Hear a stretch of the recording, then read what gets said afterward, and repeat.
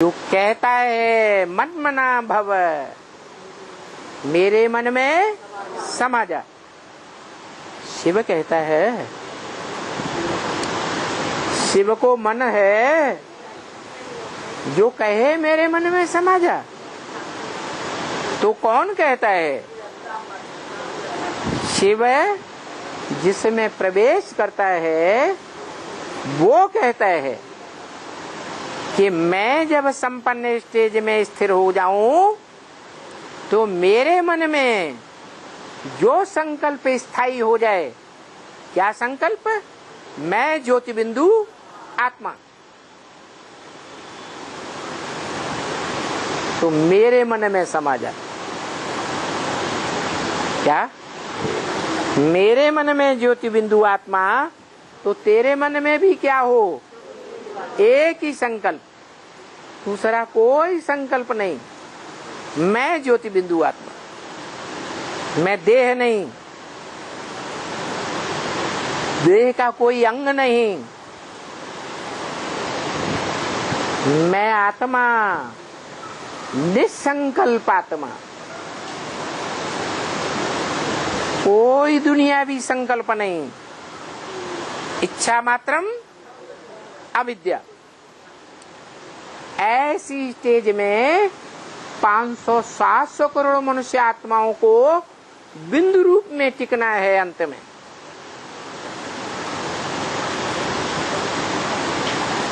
चाहे तो शिव बाप की बताई हुई योग की युक्तियों के लिए,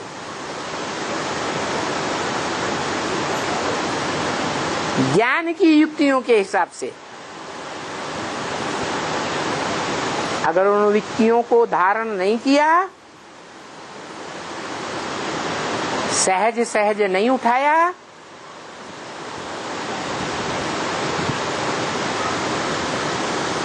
तो जो देह के कर्म भोग हैं, बीमारी धीमारी, उनके द्वारा कर्म भोग भोगना पड़ेगा। उसमें भी अगर रह जाता है तो फिर धर्मराज बाप बैठा है, वो दुनियावी जो भी संकल्प आते हैं देह भान के, उन सारे ही संकल्पों को डंडे मार मार के खलास कर देगा।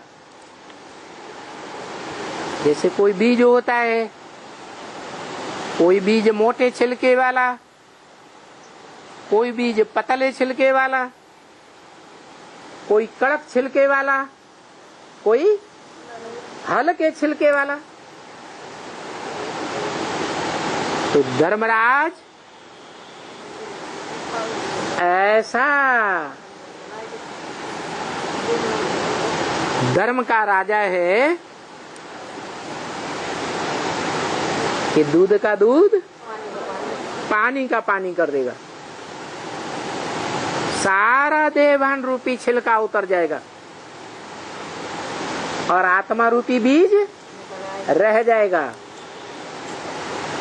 जिस आत्मा रूपी बीज में नो संकल्प एट ऑल, सिवाय मैं आत्मा ज्योति बिंदु, जो भगवान का आदेश है। कौन सा मंत्र? महामंत्र, मन मना भव, मेरे मन में समा जा। तो दुनिया की 500 करोड़ आत्माएं उसको पहचानेंगी जो कहता है मेरे मन में समा जा। कौन कहता है?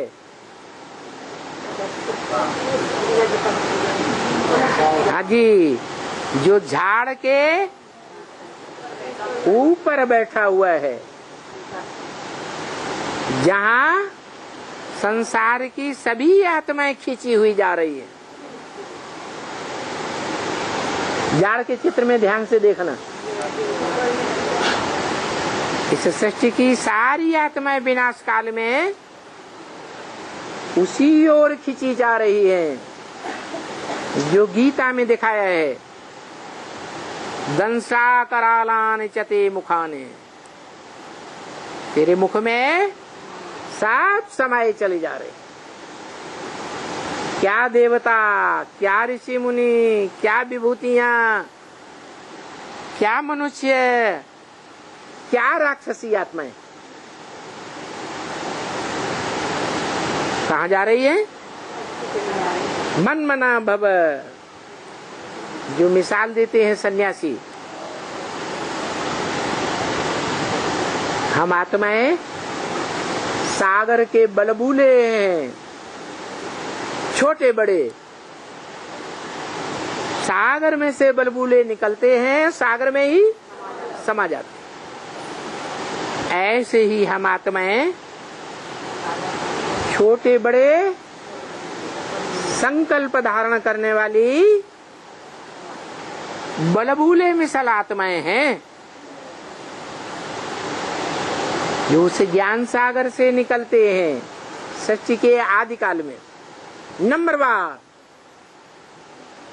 जैसे पहले कृष्ण की आत्मा, फिर राधा की आत्मा, फिर दूसरी आत्माएं नंबरवार निकलते हैं और नंबरवार उसी में समा जाते हैं।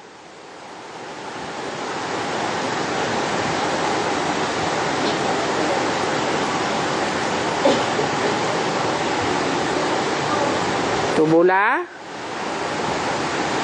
वही भगवान है, जिस भगवान में सब समा जाते हैं। उसी भगवान बाप से सब बाहर आते हैं।